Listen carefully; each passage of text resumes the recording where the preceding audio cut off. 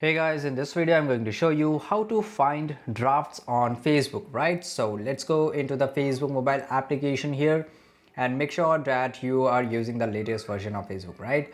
So the very first thing that whatever you wanted to do, you wanted to post or you want to write something, you will just click on here and after that you will do it, right? So let's say if I want to write here, hi everyone, and just I will not post it, right? I will just go back and I will save as a draft.